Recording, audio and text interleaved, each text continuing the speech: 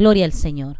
Damos gracias al Padre, al Hijo y al Espíritu Santo por esta bella oportunidad de poder compartir la maravillosa palabra de Dios. Y hoy estamos hablando sobre el tema de la resurrección de Cristo, un tema que es de suma importancia para los creyentes, porque si no creemos en la resurrección de Cristo, en vano creemos lo que profesamos creer. Y vamos a empezar con esa profecía que se encuentra en el libro de Isaías, capítulo 59, versículo 9 al 10. Tome nota, Isaías 59, versículos 9 al 10, y dice: se le dará sepultura con los impíos, morirá en compañía de malhechores, a pesar de que nunca hizo violencia a nadie, ni jamás profirió una sola mentira. Pero el Señor le pareció bien quebrantarlo y hacerlo padecer. Cuando se haya presentado a sí mismo como ofrenda para la expiación de pecado, verá su descendencia, tendrá una larga vida, y por medio de él se verá prosperada la voluntad del Señor. Hermosa esa profecía de nuestro Señor Jesucristo. Así que vamos a hablar sobre la resurrección de Jesús y su importancia para nosotros. Esto es un tema de suma importancia para nosotros como creyentes en Cristo Jesús, ya que la doctrina sobre la resurrección de nuestro Señor Jesucristo es el primer fundamento de nuestra doctrina, considerando la suma importancia de este evento, pues sin este acontecimiento nuestra fe sería en vano. Y asimismo nos lo dice el apóstol Pablo en la primera carta a Corintios, capítulo 15, versículo 14, donde dice: y si Cristo no resucitó, nuestra predicación no tiene sentido, y tampoco tiene sentido la fe de ustedes. O sea que si Jesús no se levantó de entre los muertos, en vano creemos lo que creemos, y tampoco nosotros vamos a resucitar de entre los muertos como nos promete la palabra. Por eso queremos traer un poco de luz a este tema, ya que estamos aprendiendo estas verdades que son de suma importancia para el crecimiento de nuestra fe, porque muchas veces estamos acostumbrados a escuchar las prédicas por YouTube y todo lo que hoy en día podemos escuchar a través de los diferentes medios, pero necesitamos aprender la palabra de Dios, conocer estas verdades, porque estas son las verdades que verdaderamente nos van a mantener a nosotros firmes en este camino. Así que estamos hablando del maravilloso tema de la resurrección de Cristo Jesús. Amén. La muerte de Cristo es la obra de redención por nuestros pecados. Él nos redimió a través de su muerte. Amén. Pagó el precio por nuestros pecados. Y por esa obra maravillosa, hoy tú y yo podemos ser salvos. Él pagó el precio que tú debías de pagar. Él fue a la cruz del Calvario en tu lugar y en mi lugar. Y por eso decimos que Cristo nos redimió de la muerte y del pecado. Los padecimientos de Cristo están profetizados en Isaías 53, versículo 9 al 10, que ya lo leímos, y también Salmo 22, versículo 1. Y también vemos su cumplimiento en Mateo 27, versículo 26. En cuanto a su resurrección, encontramos claras profecías en Isaías 53, 11, 12, Salmo 16, 10. En el Nuevo Testamento, Jesús señaló sobre su muerte y su resurrección al tercer día en Lucas capítulo 18, versículo 32 al 33. Así que revise esos versículos para que tenga un conocimiento más claro sobre este tema. Ahora vamos a tocar un poco el estado de exaltación. No sé si usted ha escuchado esa palabra, es un término teológico, y esto cubre las etapas por las cuales Cristo pasó para ser exaltado y recibir un nombre que es sobre todo los nombres, por el cual toda rodilla debe doblarse en los cielos, en la tierra y también debajo de ella, y confesar que Jesucristo es el Señor. Todo esto está relacionado con la humillación, el sufrimiento de Cristo Jesús, haberlo dejado todo, haberse hecho hombre, haber sido crucificado en una cruz, haber sido maldecido, maltratado, humillado, rechazado y tildado como mentiroso. Amén. Todo eso abarca cómo Jesús se hizo hombre, cómo se humilló, cómo se despojó de todo lo que tenía, aleluya, para que nosotros por él fuéramos ricos, dice la palabra. Y cómo se hizo maldición por nosotros al morir en la cruz del Calvario. También nos habla sobre su resurrección de entre los muertos en el libro de Filipenses, siempre digo pero es Filipenses, se me traba la lengua, capítulo 2, versículo 9. Romanos, hasta el 11, perdón. Filipenses, capítulo 2, versículo 9 al 11. Romanos 8, 17. Efesios 1, 20. Primera de Timoteo 3, 16 y Juan 7, 39. Revise por favor esos versículos que le acabo de dar, donde Jesús habla sobre su resurrección de entre los muertos. Gloria al Señor. Ahora vamos a hablar un poco sobre la naturaleza de la resurrección, ya que la resurrección de Cristo no consistió en el simple hecho de que volviera a vivir y de que el cuerpo y el alma se reunieran. Si esto fuera todo lo que envuelve, él no podría ser llamado primicias de los que durmieron, ni primogénito de entre los muertos. Primera carta a Corintios, capítulo 15, 20 dice lo siguiente: pero el hecho es que Cristo ha resucitado de entre los muertos como primicia de los que durmieron. Y también, por favor, busque Colosenses capítulo 1, 18. Y también busque Apocalipsis capítulo 1, versículo 15. Y nuevamente, pero el hecho es que Cristo ha resucitado de entre los muertos como primicia de los que durmieron, puesto que otros fueron restaurados a la vida antes de él. Consistió más bien en que la naturaleza humana, a la vez cuerpo y alma, fueron restauradas a su prístina fuerza y perfección, y levantándolo a un nivel más alto, en tanto que el cuerpo y el alma fueron reunidos en un organismo viviente. Eso fue lo que aconteció en el momento de la resurrección. Esta es la naturaleza de la resurrección, que el cuerpo y el alma fueron restaurados a una su prístina fuerza y perfección, y levantado a un nivel más alto, aleluya, de lo que usted y yo ya conocemos. Entonces, partiendo de la analogía del cambio que según la escritura tiene lugar en el cuerpo de los creyentes en la resurrección general, o sea, lo que ya conocemos, lo que la Biblia nos dice sobre la resurrección de los creyentes, podemos imaginar algo como la transformación que debe de haber ocurrido en Cristo. Pablo nos dice en primera carta a Corintios capítulo 15, 42 al 44, que el cuerpo futuro de los creyentes será incorruptible, es decir, incapaz de declinar.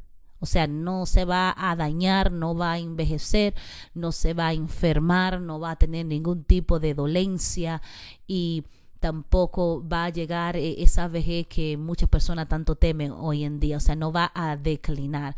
Va a ser un cuerpo glorioso, cuyos miembros resplandecerán con fulgor celestial, poderoso, es decir, dotado con energía y posiblemente con nuevas facultades espirituales, lo que no significa inmaterial o etéreo, sino adaptado al espíritu, un instrumento perfecto del espíritu. Esa es la naturaleza del cuerpo que nosotros vamos a tener cuando resucitemos. Un cuerpo que glorioso, un cuerpo que resplandecerá con fulgor celestial poderoso, dotado con energía y posiblemente con nuevas facultades espirituales. Amén.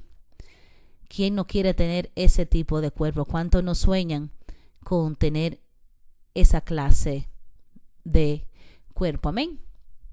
Fundándose en la historia del evangelio, sabemos que el cuerpo de Jesús pasó por un cambio notable, de tal manera que no era fácilmente reconocido y podía en forma sorprendente y repentinamente aparecer y desaparecer. Lucas capítulo 24, versículo 31 y 36, Juan 20, 13, 19, Juan 20, 13 y también el 19, Juan 21, 7 y Lucas 24, 39 nos dan una serie de eventos donde Jesús apareció y desapareció de igual manera. Pero nada de esto está en conflicto con lo que dice primera carta a Corintios capítulo 15, 50, porque carne y sangre describe la naturaleza humana en su presente estado material, mortal y corruptible. Pero el cambio que tiene lugar en los creyentes no es solamente corporal, sino espiritual. De manera semejante, hubo en Cristo no solo un cambio físico, sino también psíquico. No podemos decir que haya tenido lugar en él un cambio religioso o ético, sino que fue dotado con nuevas cualidades ajustadas perfectamente a su ambiente celestial. Por medio de la resurrección se convirtió en espíritu vivificante. Primera carta a Corintios capítulo 15, versículo 45. Ahora vamos a hablar un poquito sobre la resurrección de Cristo, cómo tuvo un triple significado. La resurrección de Cristo tuvo ¿qué? Un triple significado. Número 1, constituyó una declaración del Padre de que el último enemigo había sido destruido, la pena pagada y la condición sobre la cual se prometió la vida cumplida. Primera carta a Corintios capítulo 15, 26. Número 2, simbolizó lo que estaba destinado que aconteciera a los miembros del cuerpo de Cristo en su justificación, su nacimiento espiritual y su bendita resurrección futura. Lea por favor Romanos capítulo 6, versículo 4, versículo 5, versículo 9, Romanos 8, 11, primera carta a Corintios capítulo 6, 14, primeras a Corintios 15, 20 al 22, segunda carta a Corintios versículo 4, 10, Colosense 2, 12 y primera carta a Tesalonicense 4, 14. Esta últimamente está relacionado con la justificación, la regeneración y la resurrección final de los creyentes. Romanos 4:25, Romanos 5:10, Efesios 1:20, Filipenses 3:10, Primera Pedro 1:3. Revise por favor todos esos versículos, póngale pausa al video y lea cada uno de esos versículos para que me pueda seguir en esta enseñanza. Ahora vamos a hablar sobre el autor de la resurrección. ¿Quién piensa usted que es el autor de la resurrección? A diferencia de otros que fueron levantados de entre los muertos, Cristo se levantó mediante su propio poder. Habló de sí mismo como la resurrección y la vida en Juan capítulo 10, versículo 18, y aún predijo que reedificaría el templo de su cuerpo. Juan 2, versículo 19 al 21. Todos sabemos que Jesús dijo que en 3 días él reedificaría el templo, y por supuesto que los religiosos de aquel tiempo empezaron a preguntarse cómo podrá él reedificar este templo que ha sido construido en X cantidad de años. Pero no se estaba refiriendo al templo de piedra que había allí, sino al templo espiritual de su cuerpo. Amén. Pero la resurrección no fue trabajo de Cristo nada más. Se atribuye con frecuencia al poder de Dios en general. Hechos capítulo 2, versículo 24. También el versículo 32. Y Hechos capítulo 3, versículo 26. Hechos capítulo 5, versículo 30. Primera carta a Corintios capítulo 6, 14. Vea Efesios 1, 20. Así que la resurrección no solamente fue trabajo de Cristo, nada más se atribuye con frecuencia al poder de Dios en general o más particularmente al Padre. Romanos 6:4, Gálatas 1:1, primera carta de Pedro 1:3. Y si la resurrección de Cristo puede llamarse obra de Dios, entonces se sigue que el Espíritu Santo también obró en ella, porque en todas las obras opera ¿quién? El Dios Trino. Además, veas Romanos 8:11, que por supuesto implica esto de que el Espíritu Santo también fue partícipe de la resurrección de Cristo Jesús, porque en todas las cosas opera el Dios Trino. Ahora vamos a hablar un poquito sobre la objeción a la doctrina de la resurrección. Es bueno que usted entienda que estas verdades siempre han sido puestas en una balanza. Siempre han aparecido personas que han dudado, los gnósticos, todas estas personas que no creen, siempre han puesto en una balanza y han echado un poco de dudas sobre lo que son los milagros sobrenaturales, porque entendemos que la resurrección de Cristo es un milagro sobrenatural. Así que vamos a tocar un poco sobre la objeción a la doctrina de la resurrección, porque hay escuelas que niegan la resurrección de Cristo. Amén. Se hace presión en contra de la doctrina de la resurrección física como una grande objeción, es decir, que después de la muerte el cuerpo se desintegra, y todos sabemos que es así. Uno se muere y ¿qué pasa? Los gusanos empiezan a comer, todo se desintegra, la sangre sale y se pudre el cuerpo. Así que después de la muerte el cuerpo se desintegra y que las varias partículas de las cuales se compone entran en ¿qué? La composición de otros cuerpos vegetales, animales y humanos. Voy a repetirle eso. Se hace presión en contra de la doctrina de la resurrección física como una grande objeción, es decir, que después de la muerte el cuerpo se desintegra y que las varias partículas de las cuales se componen entran en la composición de otros cuerpos vegetales, animales y humanos. De aquí sea imposible restaurar estas partículas a todos los cuerpos de los que en un tiempo formaron parte, que se hicieron los átomos de carbonos, de oxígeno, de nitrógeno, hidrógeno y otros elementos que compusieron el cuerpo terrenal de Jesús. Entonces admitimos que la resurrección desafía cualquier explicación. Amén. Desafía cualquier explicación, porque esto es algo que nosotros sabemos que es sobrenatural y que lo creemos por fe. Amén. Y esto pasa mucho en la medicina. Cuando Dios sana a una persona de cáncer, los médicos no tienen explicación, pues lo mismo sucede con la resurrección. Esto desafía cualquier explicación. ¿Por qué? Porque es un milagro, y un milagro no tiene explicación porque es un hecho sobrenatural. Amén.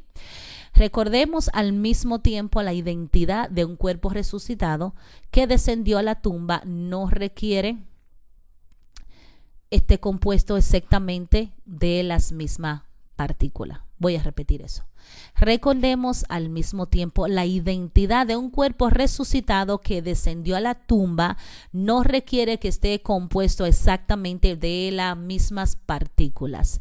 La composición de nuestro cuerpo cambia sin pérdida de tiempo y no obstante esto conservan su identidad. Pablo en primera carta a Corintios capítulo 15 sostiene la identidad esencial del cuerpo que desciende a la tumba con el que se levanta de ella, pero también declara enfáticamente que la forma cambia, porque usted no se va a levantar de la tumba de la misma manera en que usted descendió de ella, porque ya usted va a levantarse, ¿verdad? Con un cuerpo glorioso. Quizá físicamente usted tenga el mismo parecido. Sabemos que Jesús, cuando se apareció, se parecía a Jesús, pero internamente ya había un cambio. No era la misma persona. Así que Pablo habla de eso cuando dice que lo que el hombre siembra en la tierra pasa por un proceso de muerte y luego es vivificado Por en cuanto a la forma, el grano que el hombre pone en la tierra no es el mismo que recoge a su debido tiempo. Dios da a cada semilla su propio cuerpo, así también en la resurrección de los muertos. Yo siempre pienso, cuando usted siembra un grano de maíz, ¿qué es lo que usted recoge? Una mazorca de maíz, una mata de maíz. No va a recoger lo mismo que sembró. Amén. Así que Pablo habla de esto, que lo que el hombre siembra en la tierra pasa por un proceso de muerte y luego es vivificado. La semilla usted la entierra y luego ¿qué hace? Ella se desintegra debajo de la tierra y entonces empieza la formación de aquella pequeña plantita, y cuando crece viene un fruto muy diferente. Así es que es lo que sucede con el grano que el hombre pone en la tierra. No es el mismo que se recoge a su debido tiempo, y Dios da a cada semilla su propio cuerpo. Así también en la resurrección de los muertos. Puede de que haya un núcleo, algún germen que constituya la esencia del cuerpo y persevere su identidad. Pablo parece decirlo en primera carta a Corintios. Lea Primera carta a Corintios capítulo 15, 35 al 38. Se debe recordar que la verdadera y fundamental objeción a la resurrección se refiere al carácter sobrenatural. Aunque muchos niegan la resurrección, muchos científicos emiten francamente o declaran que no están en posición para decir que no pueden acontecer milagros, y ese es el gran problema. Ellos no quieren admitir un milagro que es sobrenatural, porque estamos hablando de evento sobrenatural. Porque piense por un momento, un cuerpo que se enterró, que se desintegró, que perdió el oxígeno, se levanta siendo un cuerpo glorioso. Esto para muchas personas es difícil de entender y de comprender, porque es algo sobrenatural, porque los milagros son sobrenaturales. Amén. Pero asimismo queremos hablar un poco sobre los intentos para explicar el hecho de la resurrección. Como le dije, estas personas, los gnósticos y todo este grupo de personas que son incrédulos, que no creen en estas verdades, tratan de explicar la resurrección, tratan de quitarle el mérito a la palabra de Dios, y por supuesto que tienen diferentes teorías para hacerle creer a usted que esto es un cuento, que es una falacia. Así que en sus intentos, los antisupernaturalistas siempre se encuentran con la narración de la resurrección que tenemos en el Evangelio. Siempre hablan de eso, la historia de la tumba vacía y de las apariciones de Jesús después de la resurrección. Les representan a ellos un desafío y ellos lo aceptan e intentan explicar esto sin aceptar el hecho de la resurrección. O sea, que tratan de quitarle el mérito. Los intentos siguientes son algunos de los más importantes. O sea, esto de los que esta gente, gnósticos y escépticos, han creído a través de los años sobre la resurrección. Y vamos a decir también los ateos, que es otro grupo de incrédulos. Y estas son las teorías que ellos han llegado a formular en cuanto a la resurrección. La primera teoría es la teoría de la impostura.